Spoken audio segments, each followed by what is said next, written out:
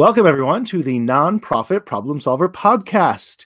Today, I am joined by accountant Tosha Anderson, who works exclusively with nonprofits. So I'm excited to jump into that conversation. But before we do, let me just say thank you to sponsors of YachtMe, which is this virtual events platform, as well as PodPro Audio, who makes professional podcasting easy. So the way this works is that we will, for the next 45 minutes or so, do this live podcast recording in sort of a main event window. If you're watching live, this is what you can see. If you're watching the replay, this is what you can see. After about 45 minutes, we'll move from main event to what we call mingle mode. And that's where this amazing YachtMe platform recreates the tables that you might see at a gala event. And for those who have a few minutes to hang out afterwards, going to go backstage, really, and we can have a conversation with Tosha and myself.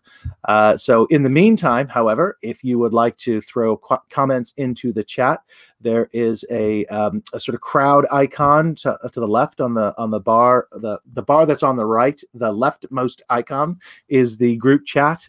And if you throw anything in there, we will try and pick it up during our conversation. So, hello, Tosha. How are you? Hi, Kev. It's great to be here, and I'm doing quite well. Excellent. Excellent. Okay, so tell us a little bit about you and your background and how you got into what it is you're doing and the amazing success you've had over the last couple of years in building a nonprofit exclusive accounting practice. Yeah. So I love this question because most people that end up in this space never plan on ending up in this space. It certainly wasn't my ambition when I was in business school. I never could have imagined I would have ended up here. So a little bit about my background. I went to business school, got my accounting degree, ended up in public accounting, as most accountants do. During that time, I was auditing nonprofits, which were, frankly, the most challenging clients we had. And honestly, many of the accountants did not want to work with a nonprofit group, not because the clients weren't great and the missions were amazing, but really their books were really, really messy, which made it difficult for ambitious young professionals to get promoted and get bonuses and raises and those sort of things. So I saw it as an opportunity to elevate my career through promotions by actually taking a position in that group. I took the job really no one else wanted, but I fell in love with the businesses and the missions and most importantly, the people. So I did that for about 6 or 7 years and actually really reinvented the way that the group operated and changed the kind of generalization stereotype that nonprofits can't be effective and efficient. So that was really exciting. But after that, I decided there's such a talent shortage in this space for accountant and financial minded people that focus exclusively on nonprofits or that want to work in this space. Again, not because of the mission, but frankly, it's generally financially driven, right? And so more people needed to commit their talents and efforts into working with a nonprofit group. So I decided to take a job as a CFO of a nonprofit. I actually did that for about 4 years. Pretty large organization, and out of survival, I'd like to toot my own horn, but really it's out of survival.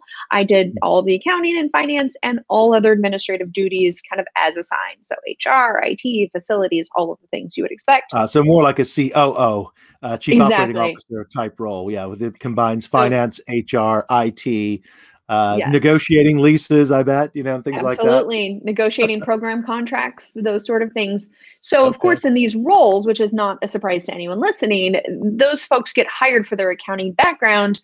But to be honest with you, in many cases, as was mine, an overwhelming majority of the time that I was spending was on all other, duties besides accounting, which is what my background was. So I was able to pare down the accounting in about 15 hours a week for a $6 million organization, which again was out of survival mostly. And during that time, I worked for an organization that was about $6 million. But we were getting funded by a really diverse, group of funders, right? Lots of government contracts, state, local, federal level. At the same time, I was also, colleagues with organizations that were much smaller than me, but funded by the same, sources, right? So their compliance, their reporting, and their accounting needs were exactly the same. They just didn't have a $6 million budget to pay someone like me. So they were looking for the part-time bookkeeper that could help kind of, get things moving and hopefully keep them in compliance. But in reality, that just wasn't cutting it for them and they had nowhere else to turn. So I decided to leave my job, the full-time job, and start my own practice with the expectation. Kev, I told people this, my aspirations were leaving a really high intense, career in public accounting. I don't know what I was thinking, but I wasn't thinking clearly, thinking working for a nonprofit might be less intense maybe, which we know that is not the case, right? Sorry, So I just have to stop and laugh at that one. Right. So two back-to-back really high stress jobs, very taxing, right? Yeah. And I had a 1-year-old at the time. So I had these dreams and aspirations. World entertained me with this idea of working, part-time, really, I'm going to wear my yoga pants and have champagne brunches with my girlfriends during the day or whatever, who knows. That lasted about 2 months, and more nonprofits reached out and needed help. And so I ended up taking on more clients than I couldn't say no. I know how desperate they were in. But at the same time, I had accountants reaching out, hey, I hate my corporate job. I'm tired of making rich people richer. How can I work with these missions? P.S. I have to feed my family. So how do I make this work? And I don't really know their accounting, right? So I thought, if I teach you, you can help me help these people. So that's kind of how things got started. That was 5 years ago. Now we have a team of 15 that we only work with nonprofits. So, and most of our clients kind of deal with a lot of that balance between things are getting bigger, things are getting more complex. We don't know, but we know we need something. And we need to make sure I's are dotted and T's are crossed because we get audited, whether it's by an independent firm or by our funders or a combination of both. So that's a little bit about my background. So definitely coming from an operational side, an audit side, and now we serve a little over 80 clients nationwide. So yeah. Wow. Yeah. Okay. So do you work across the U.S.? Yes, in all states? Yeah, mostly. It's interesting. We're housed and headquartered in St. Louis. That's where I was born and raised. My whole team's here. And it wasn't intentional. We were going to be nationwide or focused in St. Louis. But as you would imagine, things are really expensive along the coast. And so we do have quite a few nonprofits that are trying to be cost effective that really find our pricing much more competitive. So we have a lot of clients along kind of the U-shaped, right? Some of the more high cost of living, high population density areas. So kind of sprinkled all over. Yeah. And that tends to reflect the geography of nonprofits anyway. There are more on the coasts, certainly the Atlantic seaboard, and then on certainly on the West Coast as well. Yeah. Okay. So how do people find you online? They find me generally through social media, different online platforms. There's not a whole lot of accountants that may or may not surprise you, Kev, that focus on this area. And there's not a whole lot of accountants that speak in a way that people want to listen or can even follow along. Us accountants tend to be really jargony. So people generally hear me through a podcast or otherwise. But if this is the first time kind of hearing about the work, certainly going to our website. The firm's name is TheCharityCFO. So just go to www.TheCharityCFO.com or follow us on any social media platform. That's also the easiest way to get a hold of us. And the social media handle is the Charity CFO or your own. Exactly. Yep. Okay. And what are the best platforms? Is it LinkedIn, Facebook? Which do you like to use? Interestingly, LinkedIn is where I meet a lot of connections, but Facebook, honestly. We also have a podcast where I try to interview different people in the space that I've worked with, especially around HR issues and IT issues and investing issues. Nobody wants to hear an accountant talk all day long, so I try to get a variety of other people. So really, Facebook, we of course load a lot of content, free training. We have weekly, biweekly webinars that we host just to help kind of coach, especially smaller nonprofits through some of these focus areas that they may not have skill set in. So, and where would those?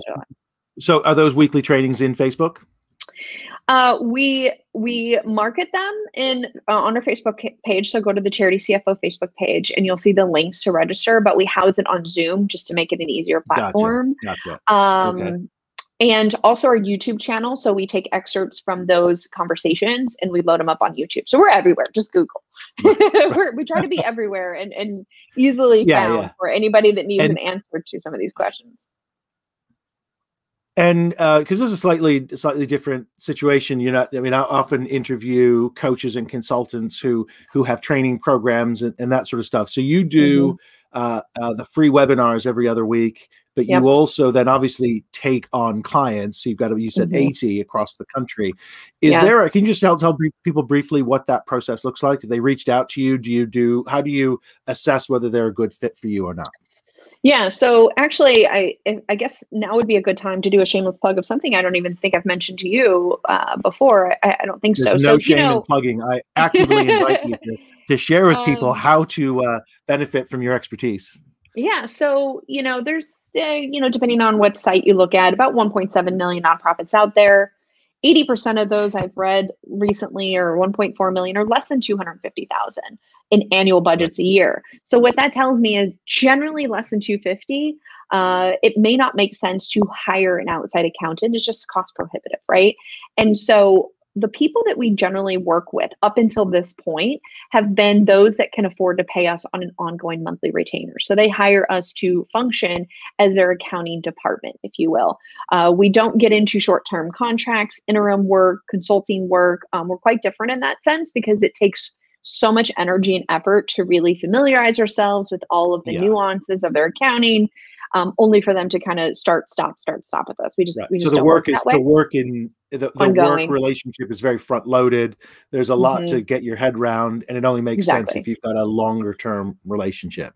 Exactly. So so historically people go to our website. Hey, I lost my bookkeeper. I have a volunteer. Volunteer's not working anymore. Or I have a firm. I'm not happy with them. Something like that. They will reach out to us, and we go through the onboarding process. The expectation is we work, ongoing, and it kind of works like that. And I can talk a little bit more about what that looks like if we're interested. However, what I found was an incredibly large group of people out there that fall under that $250,000 mark. They definitely still have some sort of problem or multiple problems within their accounting and finance that they need solved. They just had nowhere to turn. And I can't tell you how many conversations I've had. Tasha, I've reached out to 4 or 5 different CPAs. You're the only one that calls me back. Or I talk to my CPA and they tell me they don't really deal with nonprofit accounting. They don't really know anything. So I really empathize with this group because they have an expectation from the IRS or their state, their local, their funders to adhere to whatever it is, compliance, best practices, whatever, but they really have nowhere to turn to find out how to even do that, how to get started, how to educate themselves. So that's when a couple things, we started doing these weekly webinars or, bi-weekly webinars, and we really focus it on, let's kind of identify some of my FAQs, like what are the main questions I get? And we'll do little kind of intros on that topic. But then it also opens up to open kind of Q&A, because most people out there, it doesn't make sense for them to hire me ongoing. But we just want to use our platform to help small nonprofits find answers, or at least point them in the right direction where they can find answers to some of these problems that they have that no one else seems to be able to help them with. So in hearing enough of that, there is a common theme of a lot of kind of ongoing problems. So we've gone ahead and developed a course. This is a shameless plug. We've developed a course that's in production right now. The content is ready. It's sitting with the developers now and making it pretty and polished up. But the idea is that a couple things, my 2 focus areas, which Tasha, my board, or myself as a founder and CEO, we need to get some sort of just baseline training on really nonprofit accounting, some of the lingo, and how to relay the differences between for-profit and nonprofit accounting. I get that request to do a lot of training on that and speaking. So I thought, why don't I just put it in a free course and people can use it for board orientation or whatever they need to use it for. But it's totally free. So that's coming, hopefully, in the next 30 days or so. And then to expand upon that, okay, Tasha, now that I have a foundation, I can't afford you yet, but I need to do this myself. And whether you're a board treasurer or a volunteer or the founder or whatever, but I need someone to help me. And there's some books out there. No one has the time, if you're working a full-time job and launching this nonprofit, to sit down and pour through books. So I've created a whole video library on how to get your tax return filed, your 990N, how to set up your accounting system, how to use it in a very basic way. And I really just Wow. went through all the major steps. So that's coming as well. Again, hopefully to help, this 80% of our nonprofit group, or, the Yeah. population. I get these So questions all the time, yeah. and I refer them to people like you. There are people you need to speak to. It's not me. Generally Yes. speaking, I tell people to find someone locally who knows their Mm-hmm. state laws and their, and some of the Mm-hmm. nuances, maybe has a relationship with other Mm-hmm. people locally that can help. Um, Yeah.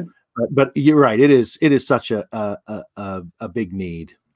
The problem with in theory, that sounds great. Find someone local and they can help you. The challenge, of course, the nonprofits start as they start calling, and these CPA firms might say, well, that's going to cost you $5,000 to do that. And maybe they only have a $500 budget. Most firms are just not going to be willing to take on that project. And there's not enough people that just specialize in those sort of things. Or even if there is kind of a independent contractor that might be able to set those things up, it's like, how do you find them, right? And Right. so it's really difficult for nonprofits to find that solution. So I thought, is there a way I can just teach them how to do it themselves? And is that That's second my course goal. also free?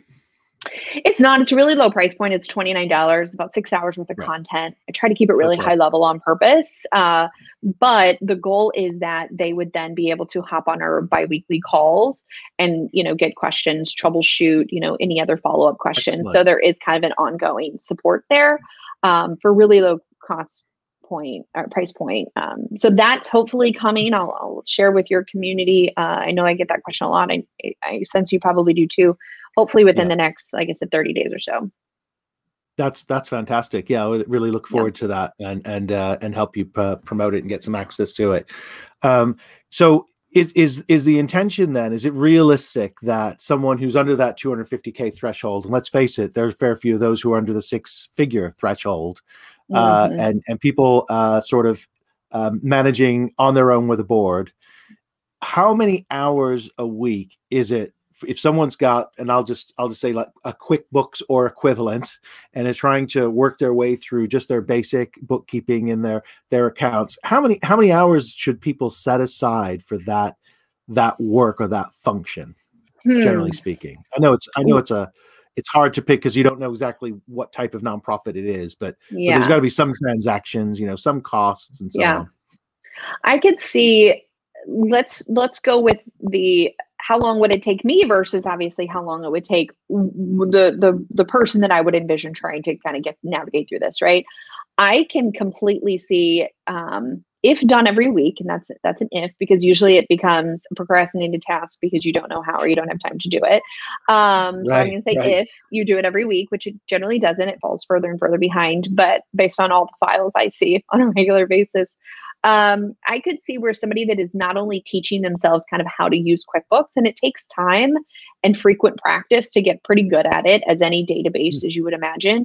I could see where that could take about 5 hours a week. If you're, let's say, less than 100,000, not a ton of activity, it could take you about 5, maybe 10 hours a week, depending on how quick you are with using the system and how detailed you want the system to be. Now, that would be doing kind of the tasks appropriately.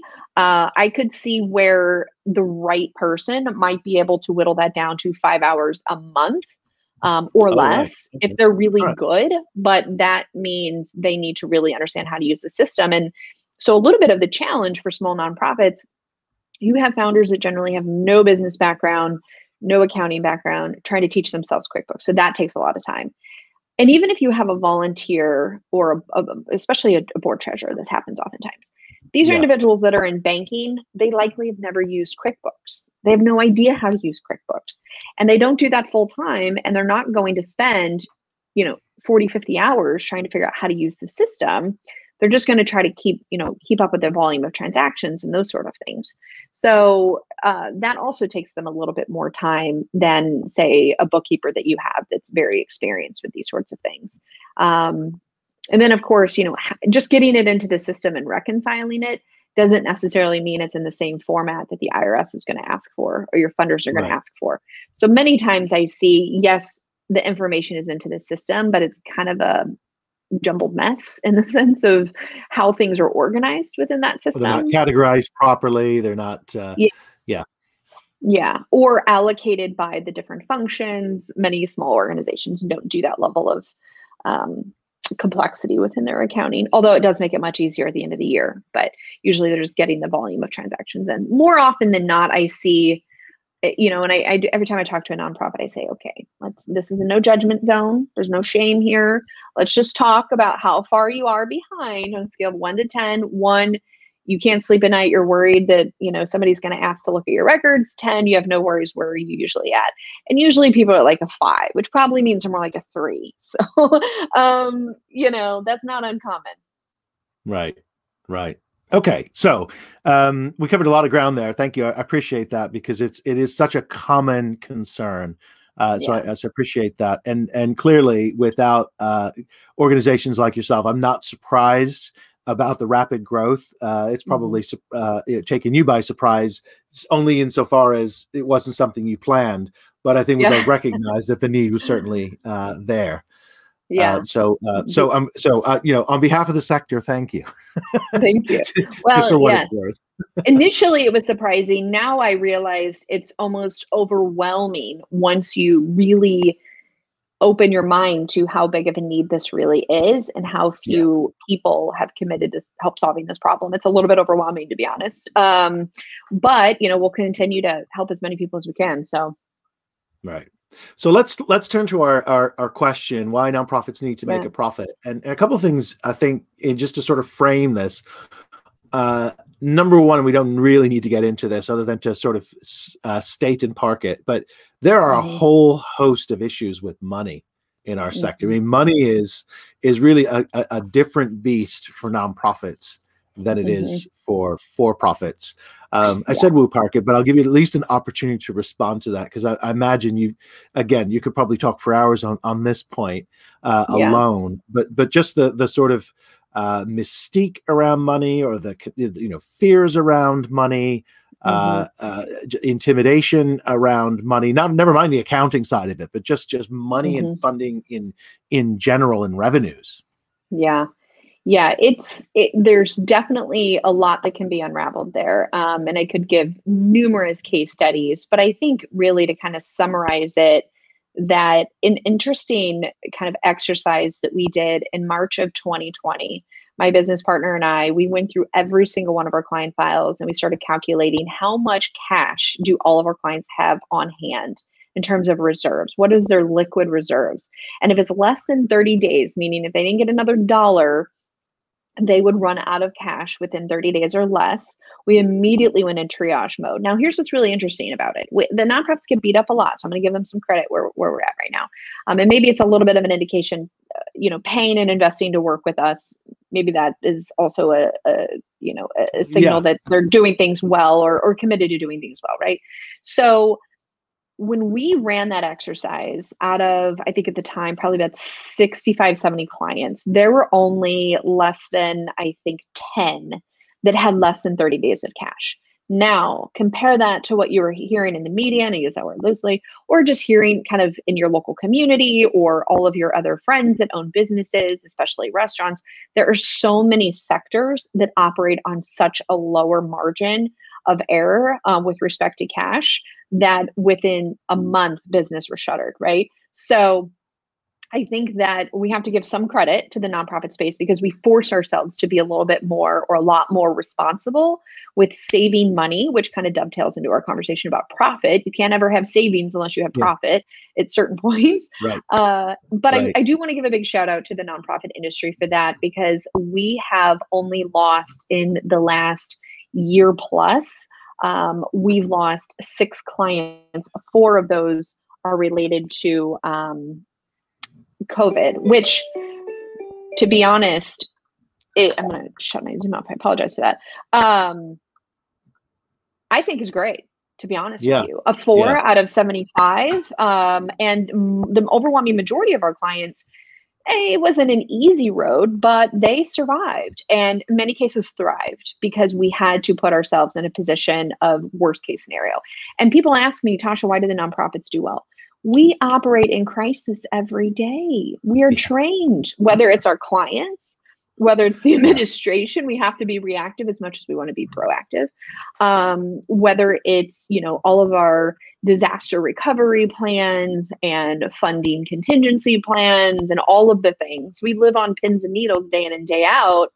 So we have to be as conservative as possible with our finances because we are forced to do that.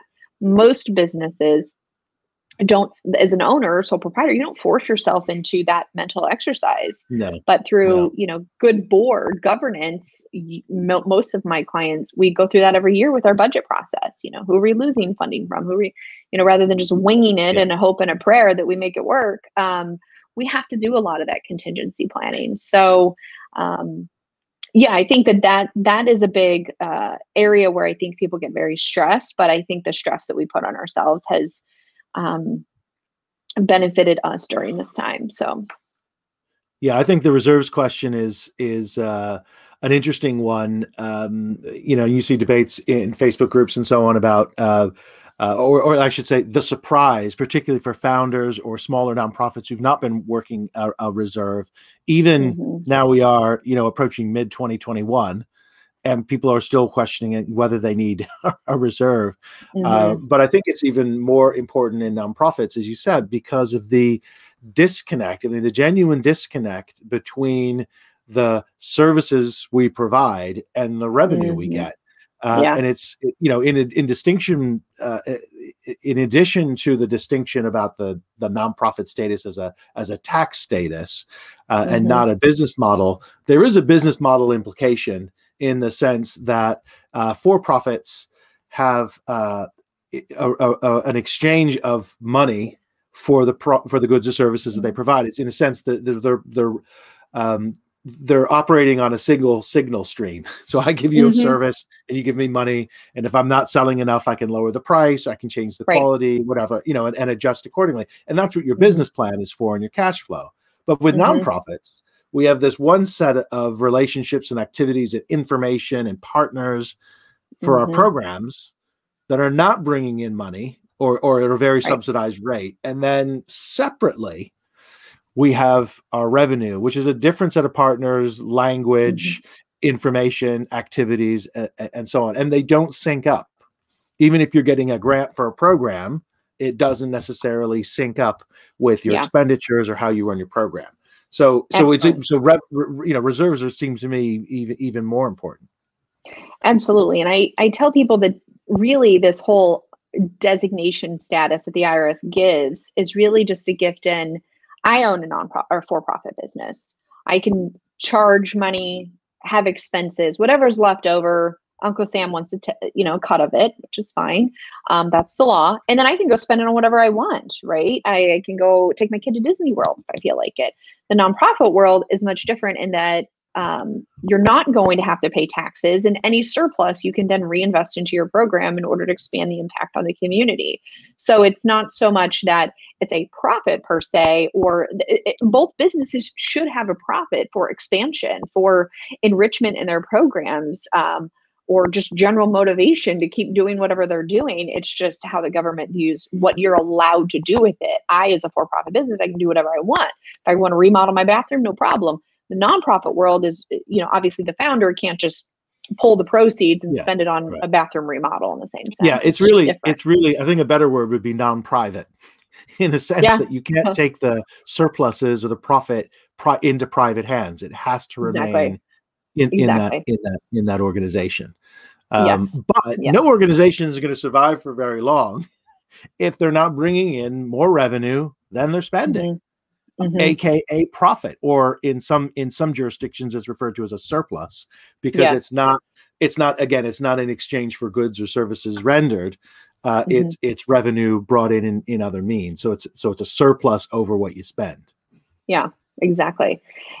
100%. And really this profit, a lot of times we talk about revenues and expenses, and I look at profit, and I like the word surplus because what I'm really looking at is cash flow. And sometimes that word is like, wait, what do you mean?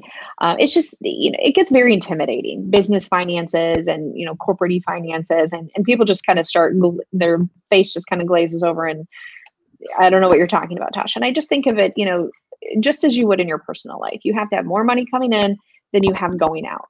And if you don't have more money coming in than going out, then what ends up happening? You end up tapping into credit cards, maybe taking out a line of credit, borrowing against your house. You start to quickly put yourself in pretty vulnerable financial situations, right? That are really difficult to find your way out of. And I see many organizations that continue to finance their operations on borrowed money.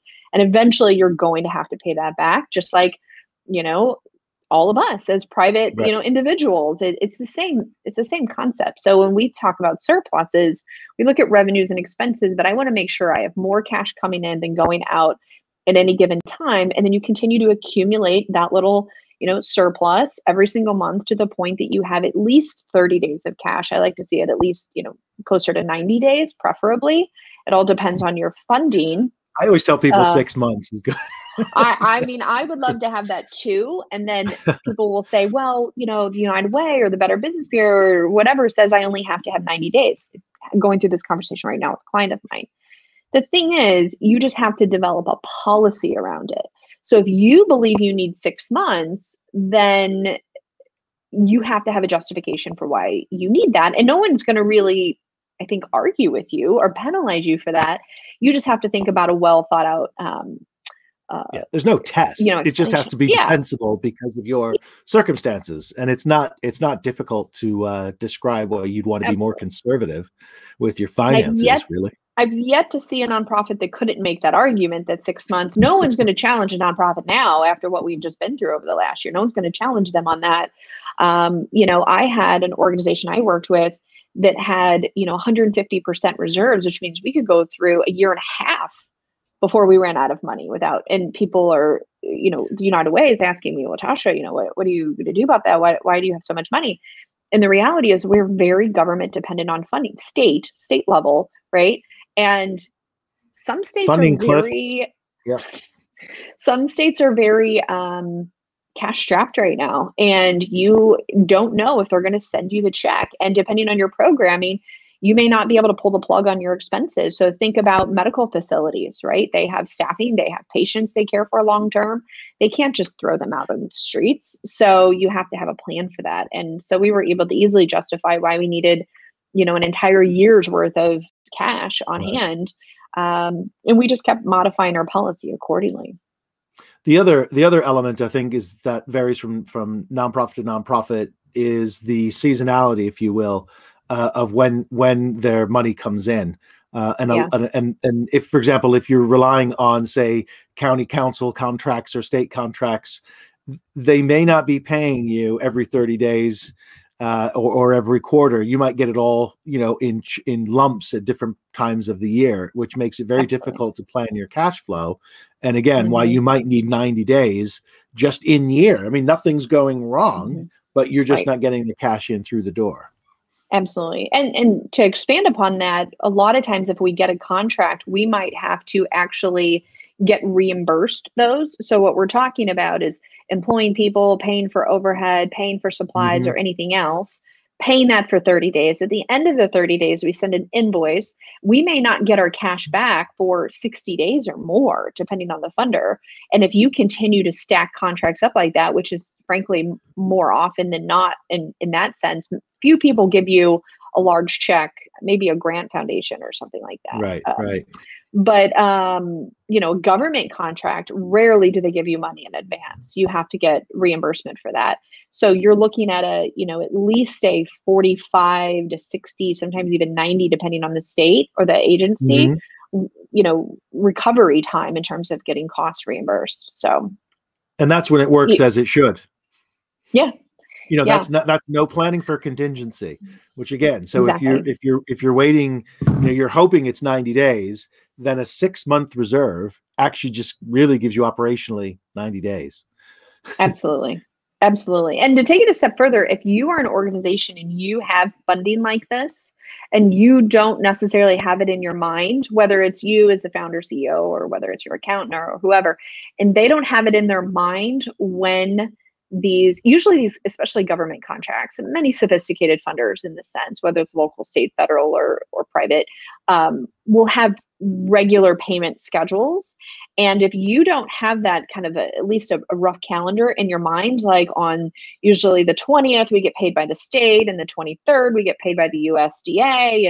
And usually the local government money comes in around like the 18th. And then our funding partner, if you're getting pass-through funds or whatever, if you don't know what those are, I strongly encourage you to figure out what those are, because once you have an opportunity, a few days pass, and you haven't seen those funds, especially if they're deposited or mailed to you, I like to be on the phone and closely monitor that, because that may or may not affect your ability for processing payroll, or if you have to tap on a line of credit, you're able to do that.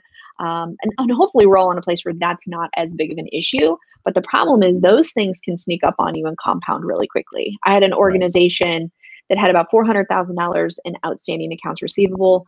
They had the revenue sources. They were cash strapped, broke, absolutely broke. And I took them on, even before I took them on as a client, I looked at the accounts receivable listing, and I said to the CEO, I said, do you know you have $300,000 sitting out there in accounts receivable over 90 days, which means this is money owed to you that has taken at least 3 months to get in the door or longer. Some of these were 6 months, a year. No one was following up with these people. And oftentimes what happens, which was the case in this scenario, that when you submit invoicing to various funders, especially government, they have very rigid systems. And if there are billing issues, you have to have somebody that's, really managing that process to make sure they're collecting money. And what happened in this case, the billing was incorrect. It was getting sent to the funder. So, the CEO is like, well, I know the billing was sent off, and I know that we earned it. Well, they're probably not getting paid because there was an issue with billing, and nobody followed up with it and resolved it. Right. And so that kept just stacking up. Now, I don't know if we have anything over 90 days now. We've been working together about a year and a half, so 2 years in June. But we don't have anything because we know when we're supposed to get paid, and we'll give them a day or two grace period. And then beyond that, we start to realize it might be a system glitch or a processing error or something. We're following up and figuring out why.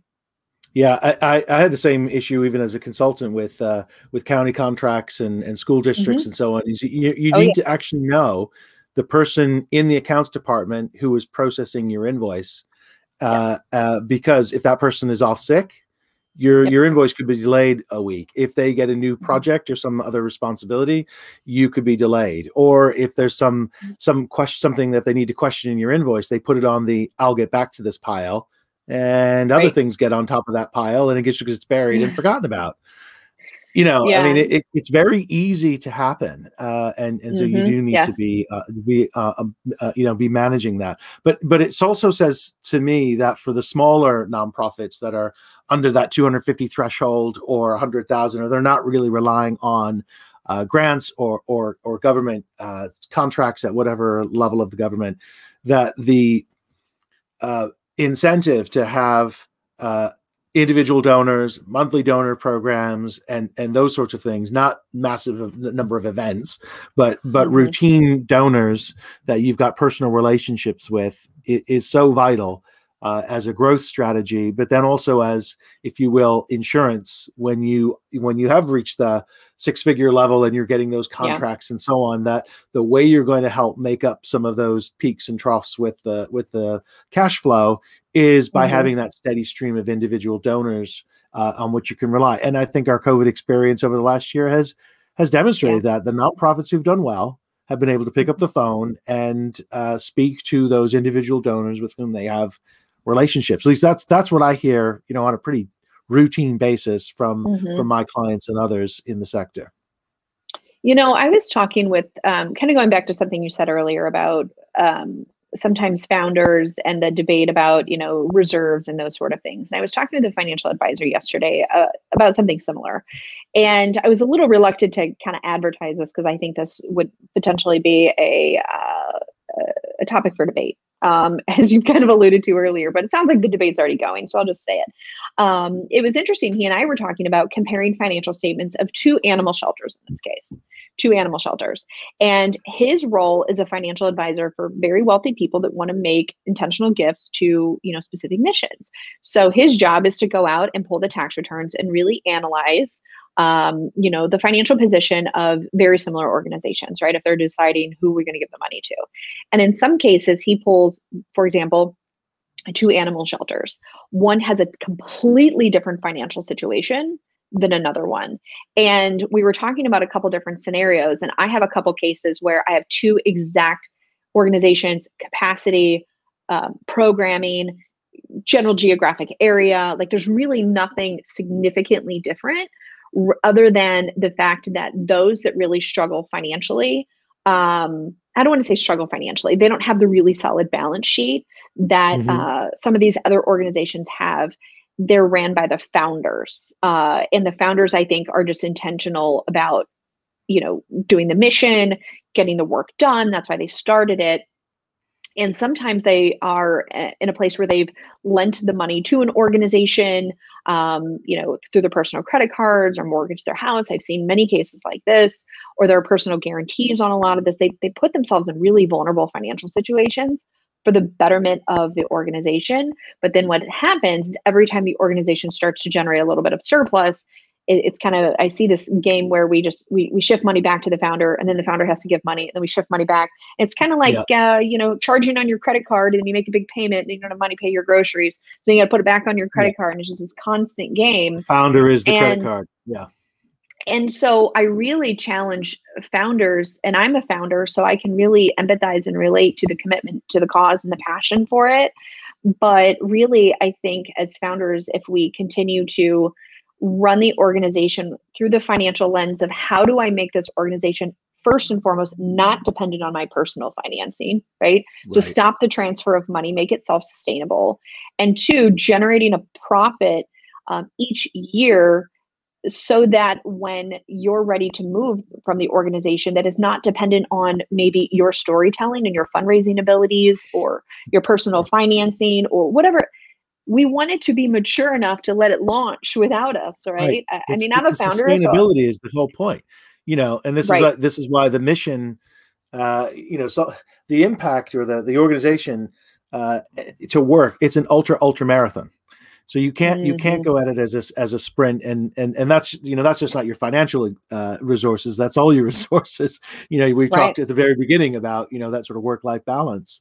And it's very easy to go down that track saying, well, we'll do whatever it takes, which is often a recipe for failure because you don't have limits that force you to make the decisions you need to put it on a sustainable footing. Which I think is it's more of an issue around time rather than profit. But the sustainability is the issue here, really, isn't it? Yeah, exactly. And I can empathize with that because in my business, I'm constantly thinking, if Tosha didn't show up and this, I've been on this marathon for, probably 2 years. If for some reason Tosha was unavailable or could not show up to work for some, period of time, how long would this business continue to run without me? And I would say the same for any type of business, even especially the nonprofit world. And so often I see, just wanting to do more and more and more and more from the mission. And I completely empathize with that, but to the sacrifice of the financial position, which means they're hanging on by a thread.